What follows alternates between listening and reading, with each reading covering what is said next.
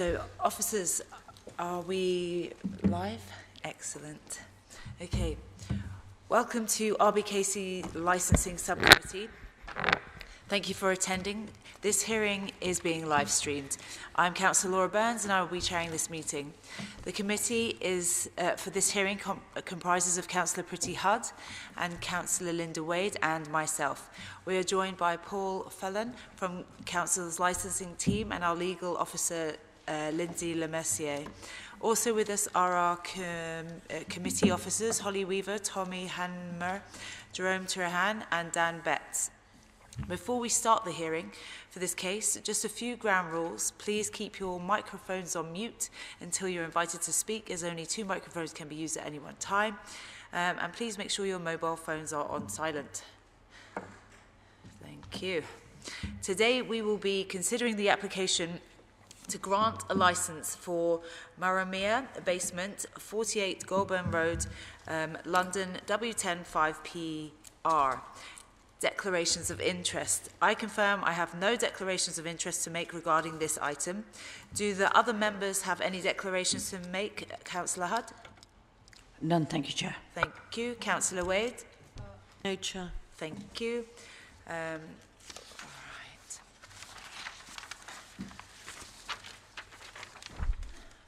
For clarity, I will outline the procedure of the meeting, which has already been circulated with the papers. First, the licensing officer, Mr. Fellon, will give a brief outline of the application. Please, could you confirm your attendance? Good afternoon, President Chair. Thank you. Then I will ask the applicant to present his or their submission. They will have a maximum of 10 minutes to do so. Can you confirm your attendance here? All of you are here. Good afternoon. Yes, we are here. Thank you.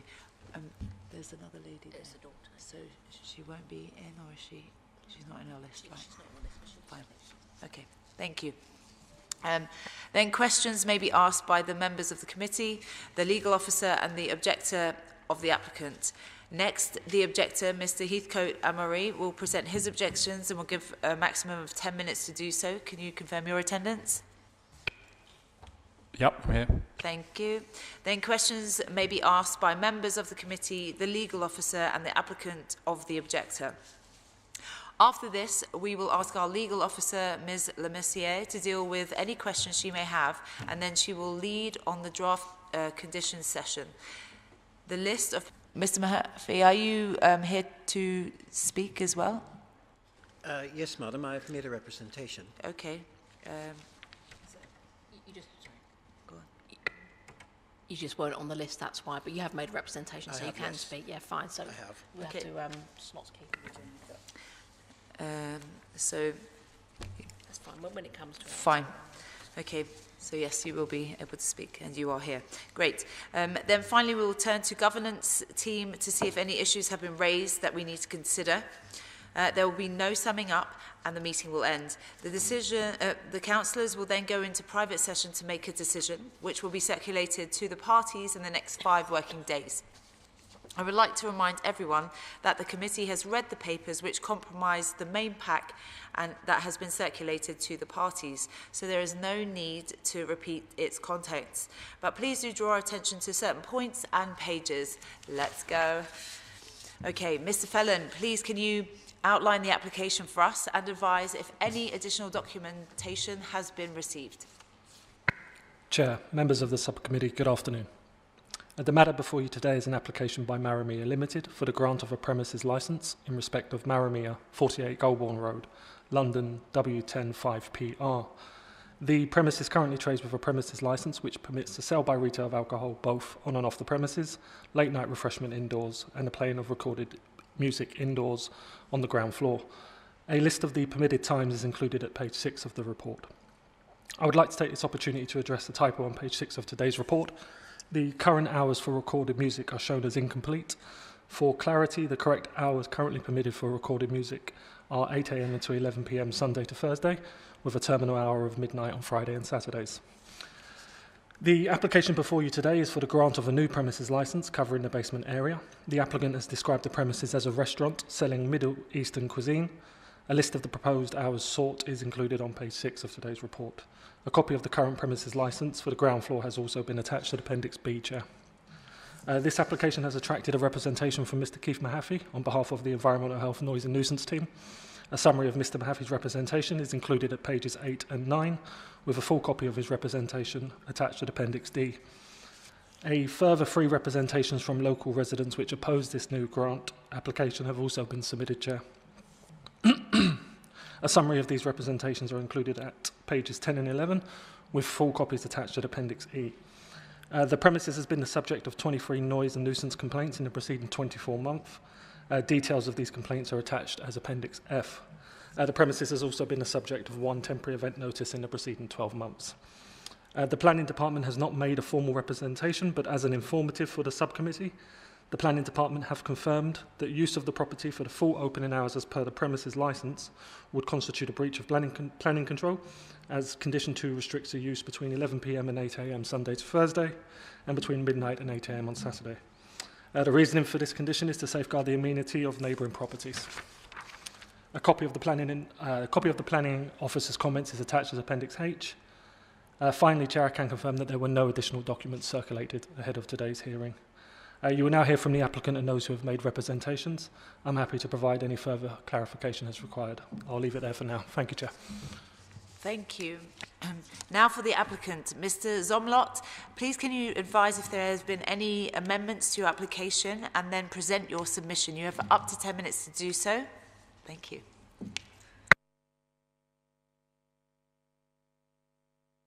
No comments. No comment, the same what you were requesting. Sorry. You're welcome to tell us a bit about the business or what you yeah. Okay. So, because previously we told. I know. It's been a long day. Yeah, I know. But, sorry. So this one is now talking about the basement. What you plan to do with it? Whatever you want to share with us. Okay. As we are open 2004 and we expanding little bit by our customers and our reputations, and people love us more, and we find out we have to have more space for our customers, and we have more space to make good atmosphere, good reputation, good food for all our customers. We decided to go downstairs and do expansion in our business, and reduce all noise and make sure downstairs is for little bit, say, good atmosphere. Upstairs is calm music, and I think that's good step for us and for our customers to and for our neighbors to make sure we are in our basements. We are quiet and nice, and we have done everything we can in regarding of the noise, in regarding of the sound systems, in regarding of installations, in regarding of walls, stairs, everything needed for permissions for planning we have done according to the law, according to every aspect. And I think that's a good step for our business and for our future in the area. Thank you. Sorry. Thank you. So now, any questions from the committee? Councillor Hudd. Thank you, Chair. Hello again, Mrs. Omlot. Delighted to hear that your business is such a success, you're expanding, so all the best. Could you just tell us a bit more about your business plan? You know, what's your vision and what management plan have you put in place? You know, I will be honest with you and straightforward to the point. If you go back to the history, 2004, the first Palestinian restaurants opened in the country, it was Maramia. And that's why we're proudly, especially after, you know, what's happened on October 7th and what's happening in our country, we proudly would like to expand our business. As our neighbor mentioned, we have taken over 3 months ago in Portobello Road, another Maramia.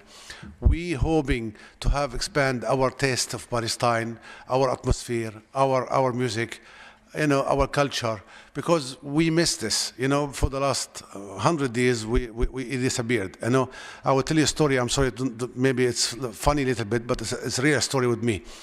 Every time when I came to the country, I said to the taxi driver, I'm from Palestine. He always said, oh, Pakistan, yes. Nobody understand what is Palestine at that time. I'm serious. I'm serious. That's what happened with me. I said, no, not Palestine, it's Pakistan. That's I can tell you something. I sympathize with that because people often think, I'm from Pakistan. I'm saying, no, I'm Indian. So there you go. For the reason for this, we dream. I don't know if you know, I own Maramia in Palestine. Maramia started in Palestine, the same thing, 2000, 2001, and now we have 11 branches in Palestine. We're expanding good in Palestine, alhamdulillah, with all these disasters and war around us. However, London is important for us. London is a city of the world.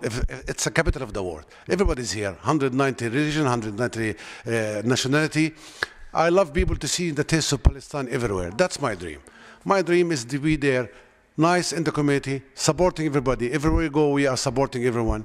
And people taste our food and see our culture. See my mom, sorry, that's my daughter, by the way. She came from the school. I said, I will ask if she can be with us. And, we love the taste of Palestine to be everywhere. People hear Palestine, and now especially, at that time, I don't think so nobody knows Palestine. Everybody knows Palestine now, what's happening with us. Anyway, thank you. Mrs. Zomlot, I'm very touched by your account and your passion for your culture. And as I said, I wish your business nothing but fabulous success. But you still haven't answered my question. What is your management plan? How do you see? Maybe Ms. Rock or Mr. Zomlot, if Ms. Zomlot is, Adam Zomlot is the manager and on site, maybe Mrs. Zomlot, you might be able to enlighten me on this, please.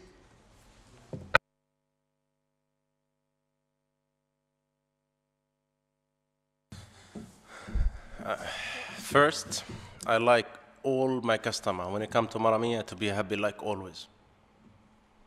This is the main issue for me. We have a really good taste of food, and we're planning to have more and more businesses in London. And this is what we do. Another 2-3 months, we have another interview for another branch in London as well.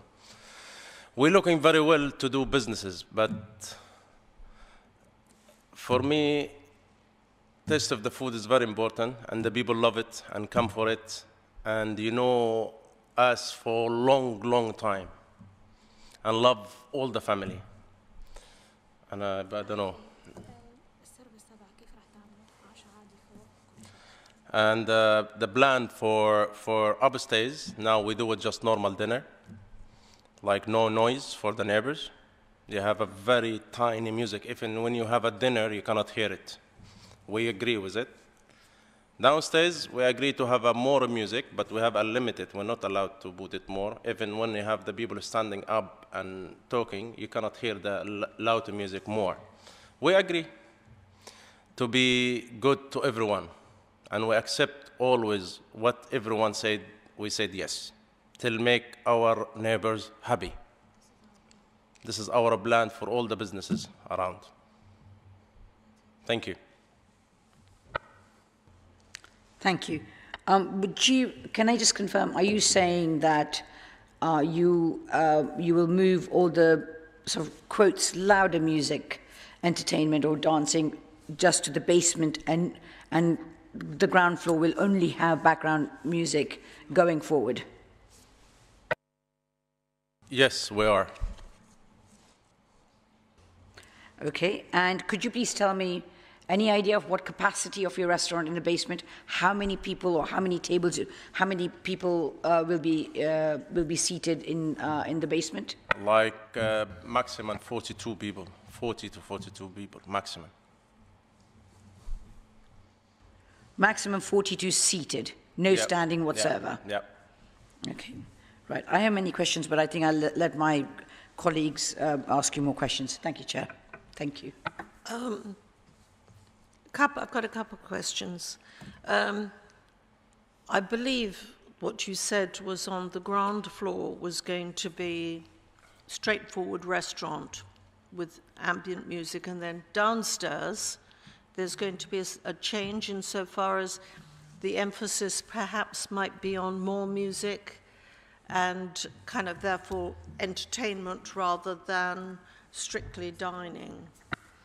Who would like to answer that question? Okay, both of them will be the same anyway. Because anyway, if we need loud the music as much as we can, it's limit of normal restaurant. If you go now to the restaurant and make it the loudest you can, it will be normal music, normal. He mean the atmosphere itself. Sometimes atmosphere in our restaurants, the culture or the atmosphere goes little bit, you know, funny. People, as our neighbor said. I think it would be. I'd be grateful if we could just have a straightforward answer. Yeah, I will explain. If it's possible. I will explain me. So basically, what I mean both, like Mr. Ahmed Zomlot and Mr. Mohammed Zomlot, the restaurant upstairs on the ground floor, it will be background music. This is what I meant to say, like normal server restaurant. And the downstairs one, when we say the entertainment things, when there is a little bit louder music, it will be only downstairs, Friday and Saturdays. Because looking at your floor plan, yes, it looks like there's the potential for the central table to be removed, and therefore the downstairs one. Could you just expand on? They're not fixed. The center is not but fixed. They're quite heavy. Nobody can able to be move it. Those tables. It's a huge tables. It's literally 40 kilo each table. I can't move any tables.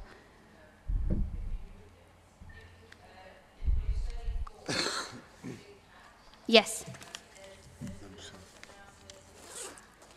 Yeah, give me a second. I'll have a quick look. I've also just pulled it up on the screens, if that assists. Yeah. Oh, yes. Yes. So did you see those big tables? It's really huge tables. It's a proper wood tables. They are very heavy. Very. No, we're not. Yeah, this is the basement one. This is the basement. It is, but we've just got it. In our pack, it is cut out. Just saying. Yeah, I think there may have been a printing error, but this is the full Yes. plan of the Yeah, so this is the basement one. Yeah. And basically those table you see it is a special table and it's really proper wood one. It's quite heavy. So even when we bring them down, there is like literally there is no space to move the tables around. So whatever plan you have is going to be always the same plan. Yeah.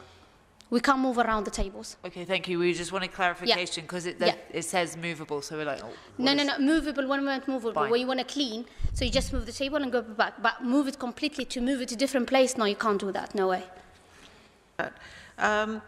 Now you're going to be doubling your capacity. How many staff is the restaurant going to employ? I mean, serving staff. To be honest, we're not doubling the capacity. It will be 4 because it will be 2 downstairs and 2 upstairs if you are full, basically. Because the serving downstairs, it will be like normal set menu, like service normal. Like the capacity of the people, we never had a full house both sides. So basically... Yeah, but excuse me, this morning you said that there were 4 members of staff. That's correct, because the outside... Serving the ground floor. Yes. If you're going to be having down the basement as well, are you having no additional staff? No, we do have additional staff every Friday and Saturday, even on the weekend as well. But I'm trying to explain one thing, because when we have a customer upstairs, as I said, there is no time limit for sitting plan. So if people come upstairs and come and sit to dine for 2 hours, so the kitchen closes at 9, so we're not going to be able to accept anybody upstairs for dinner. So whatever people they dine in, that's it, they leave by 10 o'clock. Given the fact that there's going to be 42 potentially people downstairs, how is your role as the manager going to evolve? Because presumably your front of house, people arrive, you indicate where they're going to go. How are you going to manage the basement area as well as the ground floor? How can you see when people potentially might have finished or that's correct. There's a problem? That's correct. So I will go the point of that. So when we have a normal booking upstairs and we're going to have the entertainment downstairs, all the entertainment come at 8 o'clock. So there is no people downstairs from 6 to 8 o'clock. There is no customer downstairs. Not answering the question. No, I'm trying to, you said to me, tell me how do you do measurements, right? Management of the staff, right? Ms. Rock, may I just interrupt? I think there's a bit of a misunderstanding here. what we are trying to gauge is Yes. at one, let's say Friday evening, Yes. what is the potential of the capacity of your restaurant altogether, upstairs and downstairs? So upstairs and downstairs, what you're talking about, it's not going to be 42 upstairs because it's going to be normal dinner. So they're not going to be 42. So the people they come for the party, they came in groups. So we put them downstairs. So the normal dinner, if you calculate it, we have, even you have the plan already. You have 3 tables, 3 large tables, so 6 and 6 and 6. Then you're going to have 2, 2, 2 for 8 seating. So this is what we have in basically. So the capacity is going to be less than the party, because before when we do in a party... Shall we just go back? I think we are all a bit confused. Correct me if I'm wrong. 17. Okay. Are we saying, my apologies if we're failing to understand you. Are you saying, what we understood this morning is, ground floor, you have a capacity for 42 people. 42. Yeah, 1 second. Yes. And now we're saying that you have an additional capacity for the basement for 42. No, so, but... Yeah, sorry, but the question of the upstairs, the morning one, I'm going to repeat it again. It's about the entertainment. You are asking me the capacity every Friday and Saturday for the entertainment. So I was giving you the maximum number for the entertainment.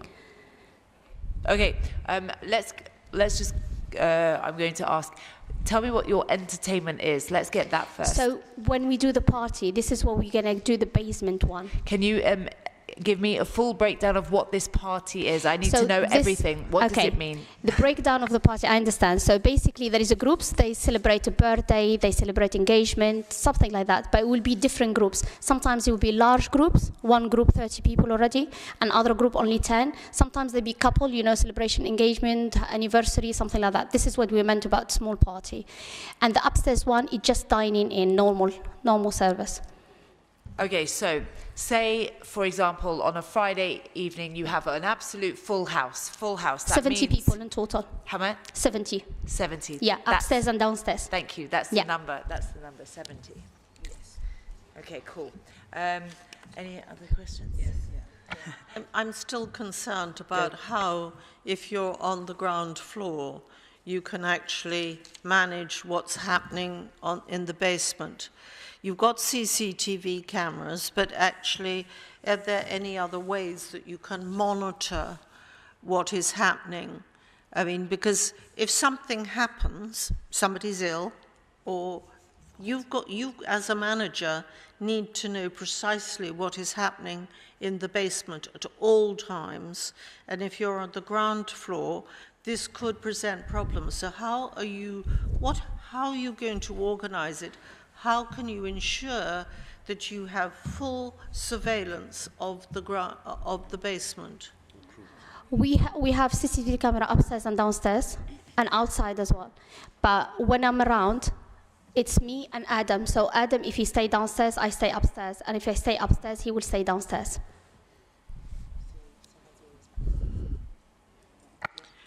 Sorry, I've got to cover. Sorry for that. She said the 4 staff. Whereas not 4 staff. We are more. We are like 6 or 7. I know sometimes I do work in the floors. I'm not a chef. I can be in the floors. All right. Can I possibly ask you how many... And we are a professional to make a business. We know how to control it. If you have 70 people, we have more staff from another branch. If you got busy there or there, we got stuff to move. Okay. Thank you. Thank you. How many days a week do you work as a manager there? You asking me? 6 days a week. How many hours a day do you work there? I can't hear you, sorry.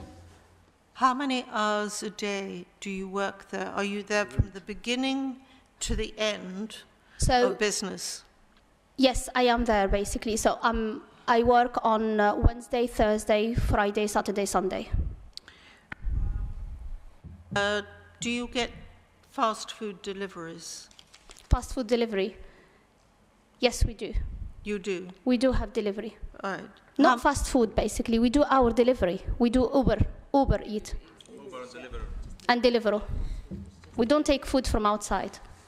Sorry? We don't do food from outside. You don't do fast food? No.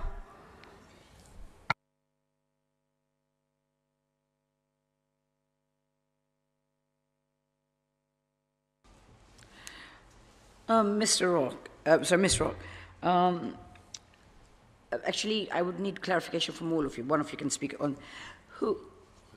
Mr. Mohammed Somlot will not be around. So it leaves you two to be there permanently with your other two members of staff permanently. So let's say 4 members of staff permanently. And if I'm correct, Mrs. Somlot has just said that if the restaurant gets busy, you will take staff from other restaurants. So basically, you will risk assess it on the day, on the evening. Now, so, as I said, depend of the booking. Some weekend we don't really need more staff. Sure. No, Some I weekend understand we that. do. No, absolutely. So you'll decide on the day. Could I just say something very quickly? We are 57 member of family, one family, brothers and sisters. For example, I have my son is bigger than my daughter. They're all there without paying money. It's just supporting the family. And we have a lot of family of supporting. When she said 6 staff or 7 staff, there are staff taking money. But it's really, a family affair. We have 40 people around, like me. I just clarify, when I say staff, the staff we pay, I didn't ask the member of the family who's working in already. So because I can't consider them as a worker, basically, because they run in the business. Trust me, we are a lot. No, we're literally talking about, we can't talk about family members. We're talking about a business here. And we have to clarify that how many members of staff, paid staff, employed staff, it makes a huge difference. Of course, it's wonderful that the family is at hand to help. But at the same time, so are we clear that at the moment you have 4 fully employed, paid staff that work at Marmia? So we have 12 staff full employed, like full-time payment, basically. 12 we got in total, but they change the shift to each other. So 12 members of staff, and it's this at Goulburn Road? At Goulburn Road, yeah, kitchen and house. Okay, kitchen and house. Yes. Okay, so how many kitchen and how many house? So we have 4 in the kitchen. Mm-hmm. House? And the house, the rest, basically 8. So 8 members of staff. Okay, because that wasn't clear. Right, so you would have 12 altogether. And plus, does that include your security guard on Friday? No, it's not included. So on top of that, security guard? Yeah, security is not counted there. And he comes on Friday, okay. The other thing, my final point, if I may, Chair, is who runs the restaurant on a daily basis? Who is actually in charge? Who can make the decisions? Is it Adam Zomlot or yourself? Okay, and Ms. Rock, do you have a good relationship with Mr. Zomlot? Yes. Okay, and one thing I would say, you are an asset to this restaurant, so, okay, thank you so much. Okay, I have a couple of questions. So you said it would be for events or for like a celebration of some kind. Is it only in these instances, or are you planning to open just as an extra layer to the restaurant as well, or will it only be for pre-booked events, so to speak? To be honest, depend of the booking. For the time being, it's pre-booked only, but we never had exceed the number much. As I said, the weekend sometimes we're not working much anyway, because it's new. Everything is new. Okay. And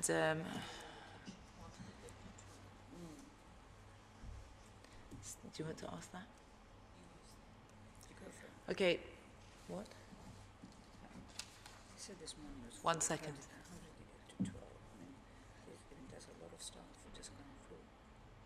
So when you're open on the ground floor, do all the staff numbers are still the same? So in the kitchen you still have 4, and or is that only when you're opening both floors? You have 8 in the. It's a business. It's a restaurant business. So far, it's a new atmosphere, a new space for us. We hope we have 20 staff, 40 staff. End of the day, it's up to the business.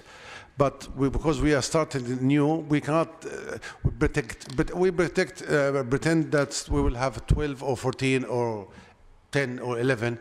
But the good news is the other branch is 1 minute walk from this branch. Means if any emergency or any use of the stuff, we can use other stuff in this branch also. That's why It's early to discuss. It's 10 or 11 or 12 or 14. It doesn't, down the road. Can I just ask where your other businesses are? It doesn't Sorry? matter. He said down the road. Oh, it's, sorry? Just down the road. It's just. Sorry, Kat? Too many questions. فهمتش هذا.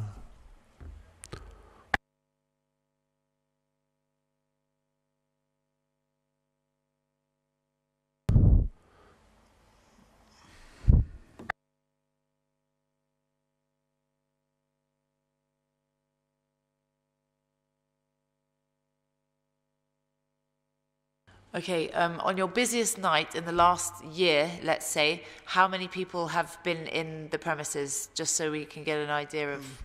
يعني it can be up to from 30 to 40, 45, 42, 40, 43, up and down. And how often does that happen, where it's full? يعني full. يعني a month we have around 8 days week, right, weekend. We say half of them, quarter of them, full. Okay. Always it's a special occasion, like a birthday or something, or anniversary, or somebody invite someone. Okay, I'm going to ask a little bit now about, obviously you've, we heard this morning, but you've done a refurb in the basement. So can you break down everything you've done so we know more about what you've done in the refurb and how to combat any sort of noise and nuisance situations or any other things, just so we have clarification, everything you've done so we can see it here. Thank you. So they done full refurbish basically downstairs, because there is basically whatever plan he was requesting for the fire exit, security, alarm, CCTV camera, safety for the bar zone, the toilet, the kitchen, the safety of the toilet as well, the safety of the kitchen as well, the isolation wall. We done the isolation of the speaker as well and everything, ceiling as well. We have the air condition downstairs. What did you do to the ceiling? The isolation, fire isolation. There is. I'm not really specific with the name, sorry, but they did done this already, and I provided the air as well. There is a fan as well, a special fan. They done it as well. I don't know. There is a lot of work, but in terms of, I don't know the names. Yeah, he knows more because he was there. If he can, he was with the technician and everybody. Yeah, Mr. Mahaffey, I'm happy for you to get a bit more technical with that. Yes, I think what you have to know is the fact the whole issue here is to contain the sound inside the premises, especially in the basement. And what you do there is you basically beef up the floor and the ceiling. There had been a couple of issues where there had been cables from the electric cupboards and all coming down through that and going up through the building, and there have been big holes. The whole thing was to get all those things sealed so that we had a proper seal. And when that was all done and these works were completed, it actually improved the acoustical integrity of the system. There was a certain amount of upgrading of the ceiling and a heavy door put on where you go down the stairs into the basement. So there were a lot of measures that were put in place to acoustically improve the overall standard of the building. But again, you can only take a building up to a certain acoustical performance, but the thing that needs to be done then is to limit the music when you have that, to basically ensure that it doesn't go upstairs and cause a problem. But one of the litmus tests here was when the music was playing downstairs at a level, it wasn't particularly audible in the ground floor. And that's the most important thing to take into account, that you can have higher levels of sound in the basement without it being a problem in the ground floor, so then it will be a lesser impact on the upper floors of the building. Can I ask just on that, with the sound limiter, you can, it's one machine that does the ground and the floor and the basement? Yes, what it actually does, it limits, if you play music in one room and you listen to the next door, you hear the bass coming through. all the frequencies don't go across the party walls and party floors equally. What you have is more bass coming through. And what you can do through the limiter is you can actually limit the different frequencies, and you can take down the bass, because that's it. And it all comes down also to the design of the speakers, because what we have done here is we've taken the bass out of the speakers and we've put a bass bin in the center of the room, so that you're actually focusing the bass where you need it, because bass radiates 360 degrees, whereas high and mid-range frequencies are more directional. So if you actually have that, you don't, by putting a speaker against the wall that hasn't had the bass restricted, you're putting as much bass back into the wall as you're actually putting into the room. So by clever design of the sound system, you can actually achieve that. And this is the whole reason that the premises got a good sound engineer in place, because he could look at all these things and he can say, well, we don't want to get the bass going up through the system, but what we want to do, we'll isolate the speakers, we'll target the bass where we want it, so that we don't overgenerate for it to escape and cause problem elsewhere. So there was a lot of acoustical principles very much followed in the design of the sound system and the advice that they got, because I was in full contact with the sound engineer at all stages when this was being developed. Thank you. I just want just a slight, I don't know if I missed it or I just got lost in the the detail. So on the ground floor and the basement, you can have different levels of sound, right? From Yes. one machine, from one... Yeah, what the limiter allows you to do, have multi-zones in the premises. Fine, that's... And the upstairs level is set lower than the downstairs level. Yes. But the great thing about the upstairs is the fact that the speakers don't have a lot of bass. Yeah. And if the speakers don't have a lot of bass, then there's less chance of the bass going through to cause a problem, because that is the problem frequency in sound transmission. Great. And I don't suppose you could clarify as well. You mentioned the ceilings. I wasn't sure, was that sort of a soundproofing thing or a fireproofing thing? I wasn't sure. Both? What they have actually done is they've added weight or mass to the structure of the ceiling, and that will have a very good acoustical impact. But it's only as good as what you perceive, and clearly when you are in the ground floor of the premises, and the music is playing below in the basement, it is not excessively loud. And as long as the levels are set at an appropriate level that will not permit nuisance to neighbouring residents, it should be sufficient to prevent further public nuisance to residents. Okay, thank you. Yeah, both is good to know. Any further questions, councillors? Councillor Hudd? Yes. Thank you, Chair. Mr. Mahaffey, just for confirmation, clarification, are you saying that the sound limiter that's been installed actually wholly complies with the noise and nuisance guidance? Well, we don't set levels, but what we do is we look at what is. I can't hear you. Could you? Sorry. I'm sorry. Can you hear me now? Sorry. What I'm saying is that we don't set levels, we facilitate levels to be set, because if we have to enforce, we can't be complicit in any sort of nuisance. But what we do here is we look at what has been done and how it is being achieved. And a sound limiting device is a very good way of dealing with noise. First of all, you take the building to its optimum performance of sound insulation, and then you limit it until you get the desired effect inside the premises and outside the premises. My apologies for interrupting you, but this is getting a bit technical. So I just want to clarify. I understand that the range is set, but what is the range? Because it's subjective. What you might think is very acceptable, one's neighbour might think, oh my gosh, it's too loud. So, who defines this? What is the range? It's and what is there must be some, general requirement, legislation, a statutory requirement. Yes, but in the way in which we deal with it, the law is very clear. We have to assess it for people with normal sensitivities, as in the average person on the Clapham omnibus. Now, that just shows how old that is. But what we're looking at is what would the reasonable person find acceptable and what the reasonable person not find acceptable. And that's the whole essence of nuisance. when we do it, because nuisance is very much a subjective assessment.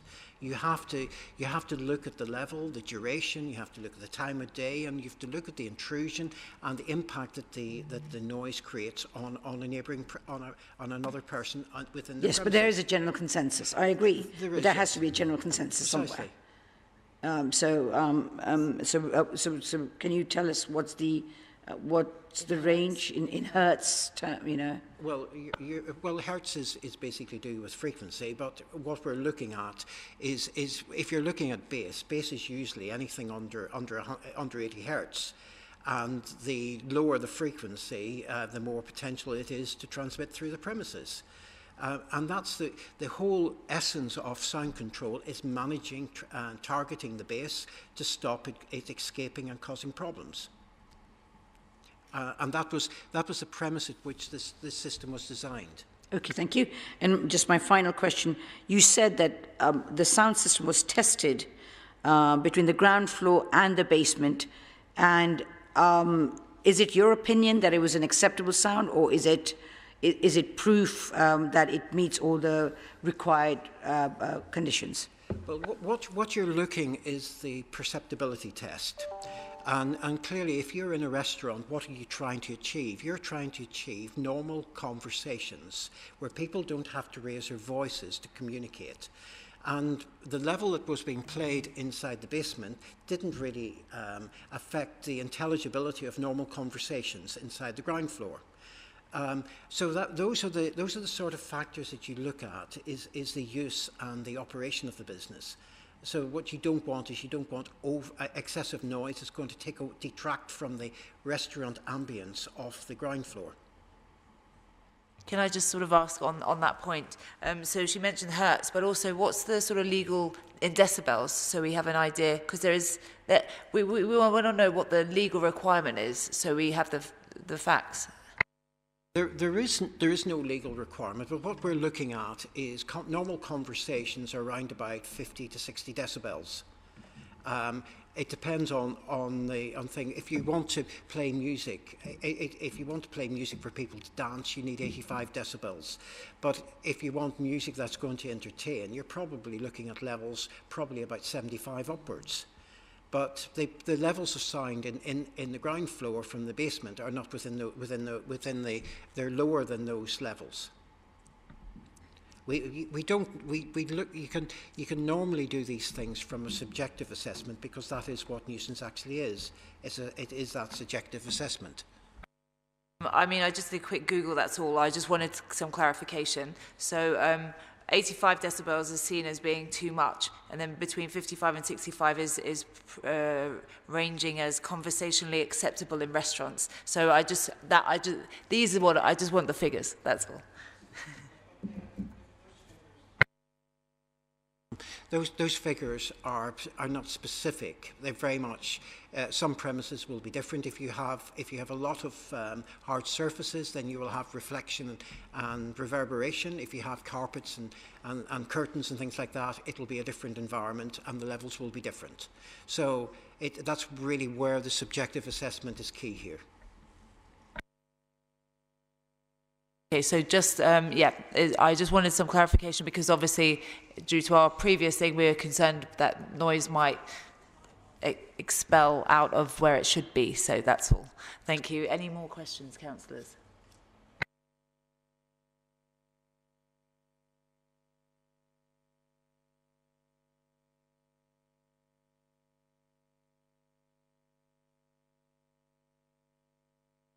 Thank you. Now, any questions from our legal officer? No questions of the premises licence holder, of the applicant, sorry. Okay, now any questions from the objector?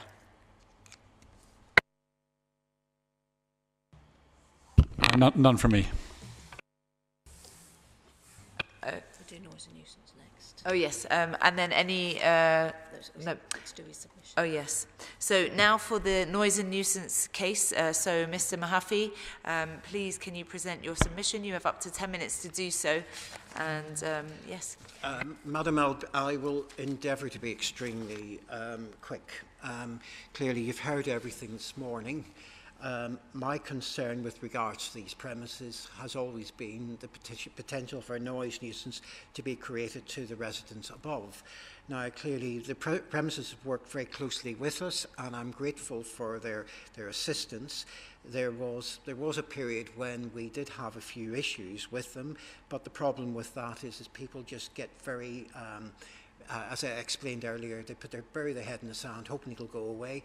But when we started engaging with them and we started working with them, we were able to achieve what we wanted. The most important thing here now is to have the processes in place, not only from the sound limiting devices and the maintenance of good levels of sound inside the premises without it causing nuisance, and to have the processes in place to manage the premises, to ensure that we have appropriate liaison with the ground floor and the upper floors of neighbouring buildings, so that if there's particular issues, they can be addressed. And if the levels of sound don't fully address the sound issues, then clearly that's for us and for the residents to get together to get the levels reset.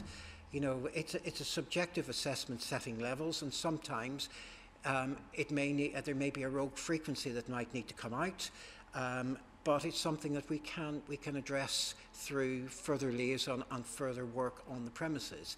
It's an ongoing process, and clearly today has been a good opportunity for everybody to get round the table to basically iron out the issues that arose previously and to rebuild relationships. And I'm grateful for sorry, I've forgotten his name,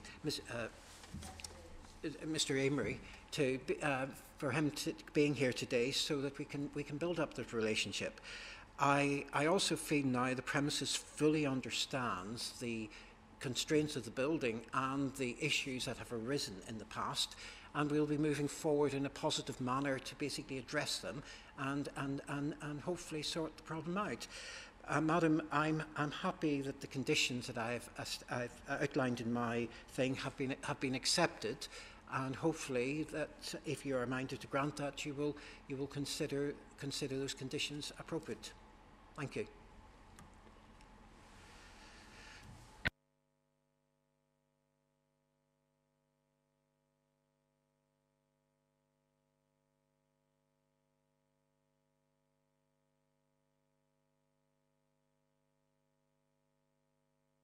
So, councillors have a couple of questions before I get back to you, to Mr. Mahaffey. But firstly, just 2 questions I'm going to allow, and then I will ask questions to you.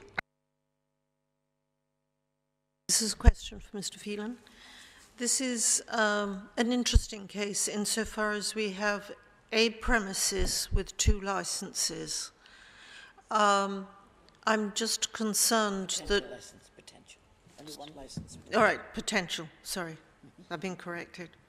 I'm concerned that the conditions of the 2 licenses are going to be different insofar as we've got one on the ground floor, which has, now we're regulating the music sound, and in the basement this won't apply. So was there a possibility, just for clarification, for enforcement officers, residents, other things, that actually they should have applied for a variation to combine the 2 floors, so it was one neat, enforceable package? I just wanted your view on that. Certainly. Councillor Wade, there are licences in a borough that clearly limit different areas of premises, i.e. on the same licence, but there are also licences in the borough that are separated via 2 licences, for example, on the 1st or 2nd floor. In terms of the enforceability, I can't see there being any issues with there being 2 licences there. To do with your question with regards to the variation on the new grant, they're fully entitled to apply for a new grant for this area. There is, I might be wrong, but maybe Lindsay might be able to help, there is a part of the Secretaries of State guidance that would advise a new application is submitted when you're doing a major variation to a premises licence. It may be within the Licensing Act. I've double-checked that now, Councillor Wade. But yeah, I can't see there being any issues with the way they've applied.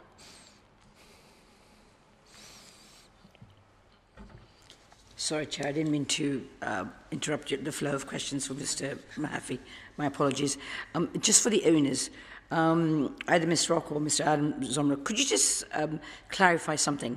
You have said that the basement will be for private parties, for birthday parties, engagement, weddings, whatever. If you do not have a reservation, will the basement be used for just as a restaurant? If there is extra people, yes, we use it as normal. Okay, thanks, guys. So now, do we have any questions from the committee for Mr. Mahaffey? Councillor Hutt? No, thank you, Chair. Councillor Wade? No? Okay.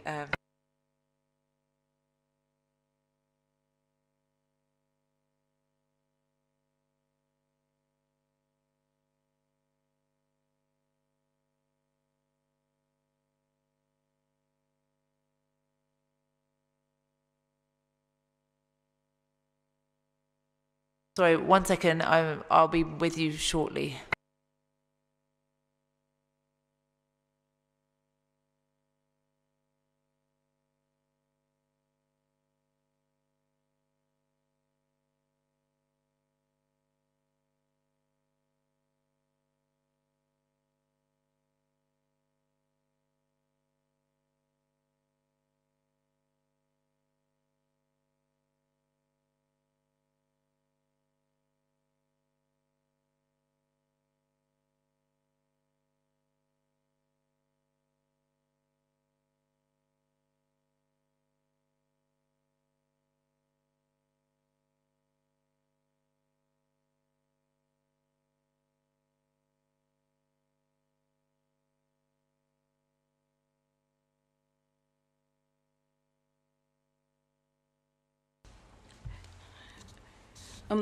Just for the record, sorry, Mr. Mahaffey, how frequently did you respond to the noise and nuisance complaints for Marmia? Because I'm just trying to think back. I think this morning, Mr. Heathcliff Amory might have mentioned something about someone not being here, and I'm assuming you're referring to Mr. Colin Harry. Am I right? No, I was referring, I think, to the tenant. Oh, to the tenant. My apologies. Okay. Okay. So I mean, did you respond to every inquiry, or are you just representing your colleagues' opinions? I will be retiring at the end of next week, so I won't be doing very much for after that with the premises. But what I would say is the fact that we work as a team. We all have complaints. I deal with the more complex issues like licensing, planning and things like that. If we get a complaint, then the officers are out working at night. They go along and they witness as and when their availability is there. The whole thing about the noise team is basically to get out and get it witnessed, obtain evidence, identify where we have an impact, and then we basically get on and do our statutory duty. So what you're saying is you have never attended to any of the complaints. It's been your colleagues or whoever's been on duty. Yes, they are the people who are there. They provide good notes. They give me a full information, and then basically I meet on site and try and resolve things. So just for clarification, so you weren't part of the team that responded to the noise complaints, but presumably because you have such a detailed knowledge of what they've done, have you had meetings with them on site to discuss the issues, because each location is unique and requires a unique solution? Well, we do have conversations. We do have case conferences. We know we do talk about particular issues, and we try to solve things by getting all the information we can on it. Saying is, you know, each building is subtly different, and therefore whether it was just on-site meetings so that you could get an idea of the space and therefore the solution. But that's the reason why I meet people on site and I go through issues and get a personal knowledge of of these sorts of more complex cases.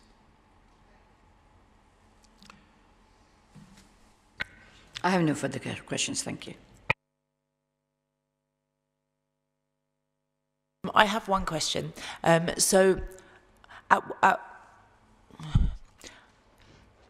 Obviously, you've been helping them with the, you know, the sound system and making sure everything works. How did that come about? Did they approach you, or did you say, "Hey, you need to do this"? I'd just like to know how that works, because obviously they already had a couple of penalty notices and things like that. So, does the person that gives the penalty notice advise, like getting involved, getting in contact with you to see what happens next to make it better? Well, the most important thing is really engagement with our premises. We have over 1,000 licensed premises in the borough, and clearly we will have issues. But you know, a lot of them, as I try to explain, don't understand how to solve a problem. And clearly I have 37 years of experience of working in the borough and dealing with sound issues. And clearly what we have to be able to do is to give them our opinion and our assistance, to give them advice and help to solve these problems. And clearly what we did in this occasion was sit down. I went to see them and I said, look, this can't go on. We have to take ownership of this, and we have to encourage them to do it. And when we had that conversation, Councillor Jen Code was there. You know, we went through everything, and I suggested to him, look, what you need here is you need proper advice. You need somebody to come into your premises and to give you the help and assistance that you actually need. Although we're not allowed to recommend people, I do work with some very, very good people over the years, and I've got a lot of knowledge of who can do a good job and who can't. And that's the reason why I put them in touch with a particular sound engineer who I know would help them. And I think the most important thing is to be able to provide that support.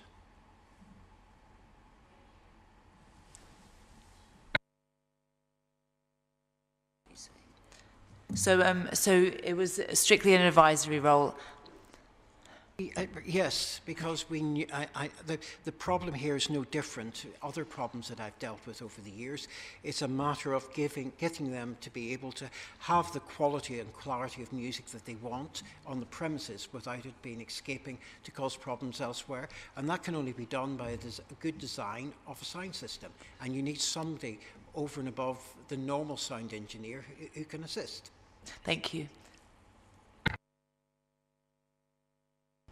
Mr. Mahaffey, is this normal practice? It is. We do our best to help our residents. Thank you. Thank you. And they've been fully willing and able and wanting to sort this out, right, from the beginning? Yeah, I find when we actually sit down and we speak with people and we take away the threat of prosecution and take away the threat of being officious and trying to sit and work with them, that they want to help us, and it's been a very good working relationship with the premises when they have sat down and they've said, right, we're happy to work with you to solve it, and I'm just hoping that what comes out of this is something which is going to give us the desired effect where they can operate without causing problems to neighbours. Absolutely, that's what we all hope. Yes. Thank you so much. All right, are there any questions from our legal officer? No questions, but I think it was just to confirm that you've said that there's one sound limiting device, there's 2 zones, and you can set different levels for each zone, but obviously it's dictated by the ground floor level to make sure no noise doesn't go up from the basement. And that's correct, and it's all password protected by the consultant. Okay, thank you. Now, any questions from the applicant? Okay, thank you. Now, for the objector's case, Mr. Heathcote. You might have some questions. Oh, do you have any questions? Sorry, no, not for Keith. But I have got one other question. Well, it was more just on reflection, because obviously, talking to Keith, or Mr.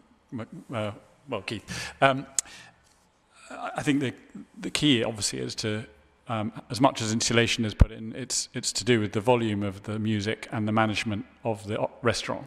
So the volume and the management are the two critical things to make sure everyone's happy. And I just wonder, with Adam and I forget your name, but Falitha, running the restaurant in Goulburn Road, who is managing the other restaurant in Portobello? And is there enough management talent across the group? That's not, as long they've shown that they've got good representation for that restaurant, so we can't discuss the other restaurant. But okay, anything else? No, nothing further, sorry. Okay, so now for the objector's case, that's your case. Mr. Heathcote Amori, please can you present your submission? You have up to 10 minutes to do so. Thank you.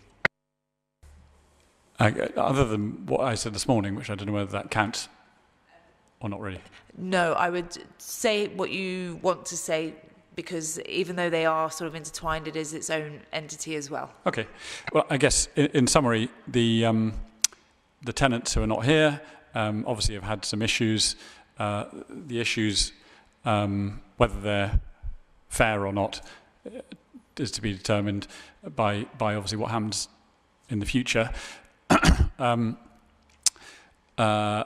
Would give not a huge amount of optimism that the past is, sorry, that the future is going to be any different to the past. And I guess my worry is that if the insulation hasn't been done properly, if the volumes aren't lower or managed, and if the management team isn't on top of things, then we're all going to be sitting here again in how much time. And that, in summary, is why I'm objecting, because I just worry that the past hasn't necessarily shown... I'm not free of the problem yet. Okay, thank you. So now any questions from the committee? Councillor Hudd?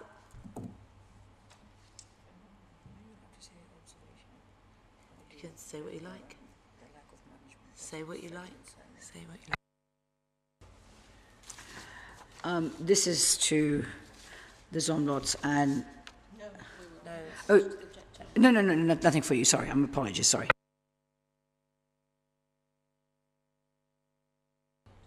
Okay, I do. So if, obviously, they've said that they've done the insulations, the sound, they've put a limiter on, and they seem to be satisfied with that, and they've got security on the door, and they've got two management, so straddling both floors.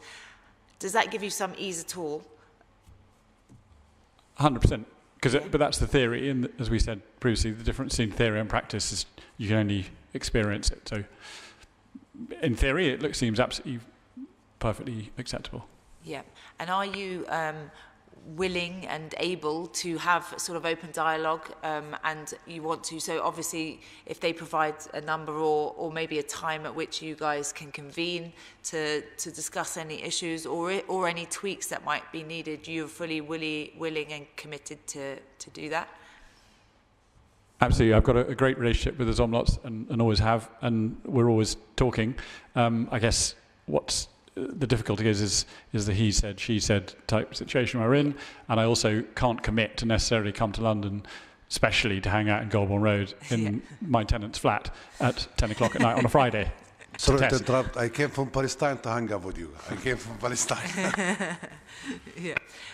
So I think, well, that for me, that's the, if straddling that is a positive. So, yeah. Any other questions? No. All right. Any questions from the legal officer? None from me. Any questions from Noise and Nuisance? No questions, madam. Thank you.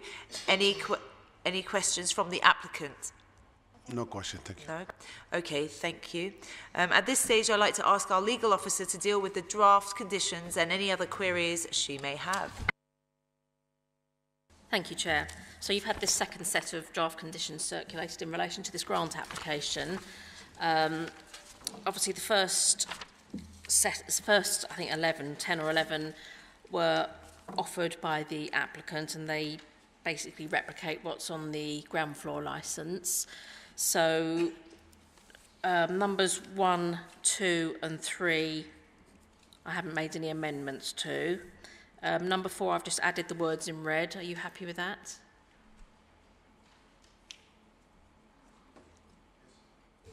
Yeah. Thank you. Number 5 and 6 I've put together as number 5. I haven't changed. Number 7 I haven't changed. Number 8. Number 9, that's the rubbish one. I've broken it down further down into the 3 deliveries, rubbish and refuse. We'll look at that at number 15. Number 10, I think there's just slightly altered wording at number 17. Right, moving on to the conditions suggested by noise and nuisance. Are you happy with the extra wording at number 12 than red that I've added? All these conditions, they were the same as what we discussed earlier? Yes. Thank you. Number 13, as suggested by noise and nuisance. Must be delayed with sound limited device, which must be linked in the gravity. Yeah. That's fine. Yes. No independent office. Rubbish and delivery should not take. Yeah, that's fine. So number 13. Number 14. Yeah, it's fine, yes. Thank you. So number 15, it was just broken down into 3 elements.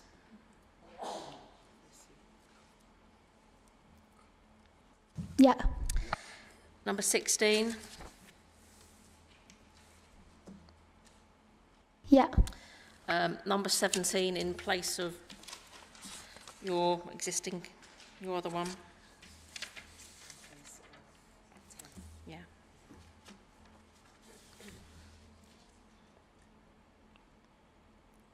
Yes. And moving to the additional conditions suggested by myself, number 18.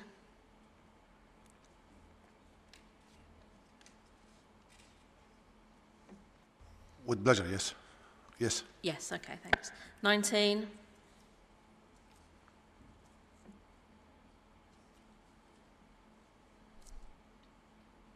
Yes. 20.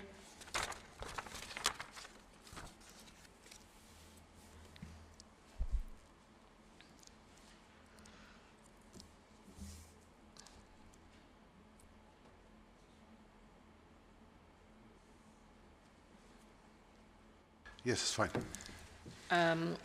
21, staff training. We must, yes. You happy? Yes. Yes. Yes, happy. 22, challenge 25. Of course, yes. Yes.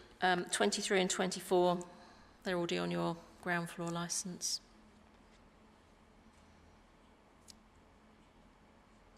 Yes, fine, yes. And then the 4 additional ones that we discussed earlier on, a basic dispersal policy. Sorry? Dispersal policy. Just a minute, just do all these first. Oh, which is, what's the R?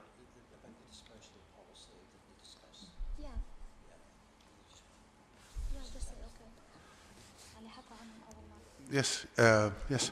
Yeah, it was what we discussed at the earlier hearing. It was just a basic one. It wasn't your full Monty dispersal and external management plan.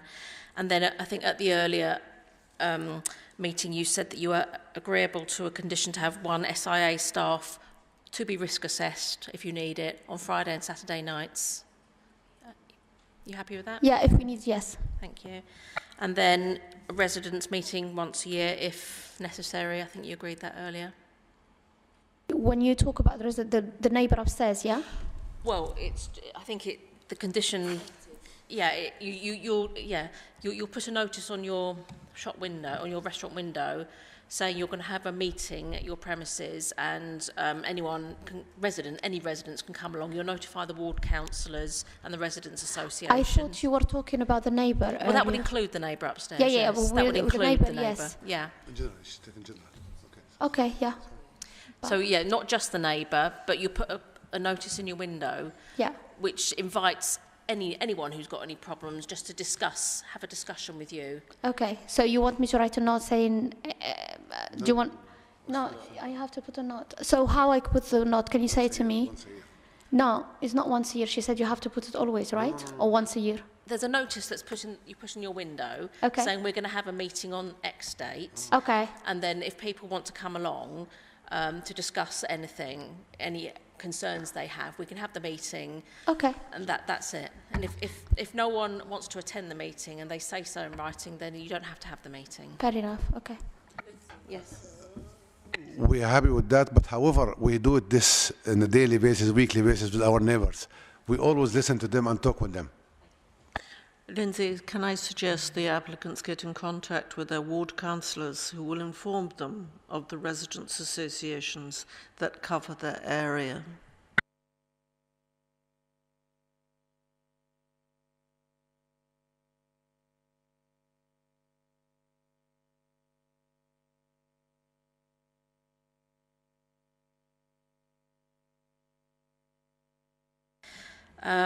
And then I think the final one we discussed this morning was you said you already swept and washed the outside daily, so that wasn't an issue.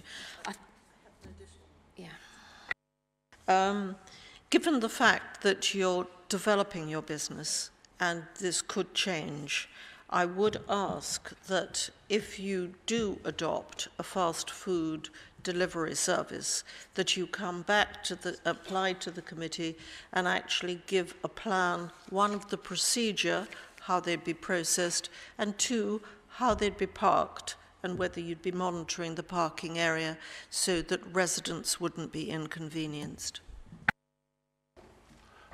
So the condition would say something like, if you're going to use a delivery company like Uber, you shall provide a management plan to ensure that the neighbours aren't disturbed by your delivery people with their vehicles, like waiting outside, blocking the pavement, hooting their hooter to say the food's ready, they're ready for collection. Would you be happy to have a management plan, just a document saying how you would handle that? So we never done, we don't do fast food at all. But as you said, if the delivery men come, there is a parking bay space. They park and they come and collect their stuff. For takeaways, yeah, this is for... Not fast food. Yeah, not there is fast a parking food, bay. but takeaways. Yeah, there is a huge parking bay in the bridge. They park there and they come and take the stuff. Okay, but I think the Councillor Wade's asking, would you you agreed to have a dispersal policy for when your customers leave and you're going to direct them to the taxi rank or where the train station is. We will take it to them. We will take it to them. When they're parking, we'll deliver the thing to them. You're happy to have a policy to say that, to direct them as to how you expect them, where to park and not to block the outside of the premises, that kind of thing? Yes, fine. Yeah. It's not a problem. Okay. Were there any other?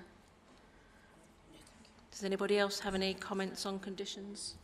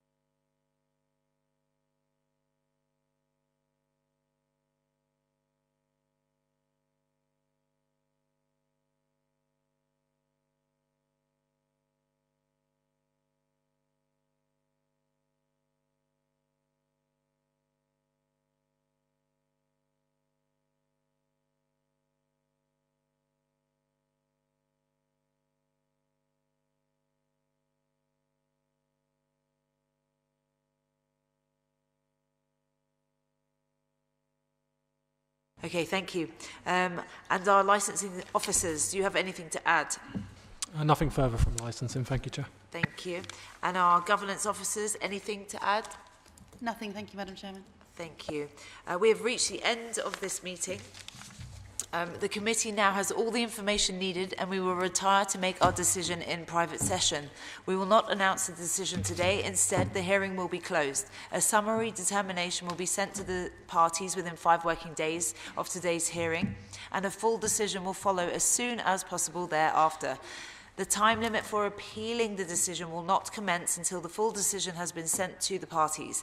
Thank you all for attending. The hearing is now closed.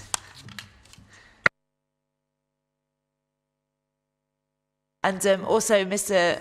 Mahaffey, I wish you a very happy retirement. Thank you. This is probably going to be your last innings with us here. So thank you so much for your many years.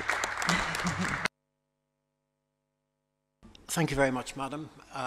It's been a pleasure working on these since the last 30 years, and it's been very much. Shall I say, you're flying by the seat of your pants sometimes when you're trying to get answers. But it's been a pleasure working for everyone and working in the borough, and I'm greatly honoured by it. Thank you. Thank you. Thank you. Now we are adjourned.